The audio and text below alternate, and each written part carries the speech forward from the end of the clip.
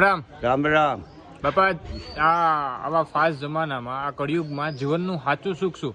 હાસું સુખ એટલે બસ આપણે પાહિરો કેળો લેવાનો છે, હાસું બોલવાનું છે, ખોટું કરવાનું નથી ને તમારું બધાય તમે કુટુંબ છે. પછી આ અમે આજ સમાજમાં ગામ જમ્યું ને, આ ગામ જમ્યું તે છતાં સાંજે અમે જઈને અમારા ઘરના માણસો પણ સાંજે ભેરા બેસીને જમીએ.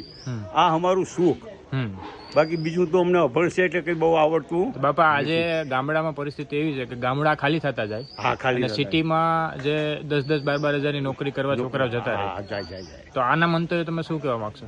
એનું કારણ છે કે એ તો મિલકીત ભેરી કરવા હાટે બધું અહીંયા કરે ને ભાઈ. હવે એમાં શું છે તો તમે બહાર આલ્યા જાઓ, મને કહે કે ભાઈ આ છોકરી છે એ ક્યાં ને ક્યાં દીધી ને આમ દીધી ને હવે તમે નોકરી કરો તો ક્યાંય ને ક્યાંય રહો, પાછા આવતા નહીં તો આ બધી મિલકીત ભેરી કરવા હાટું આપણે કરવું પડે.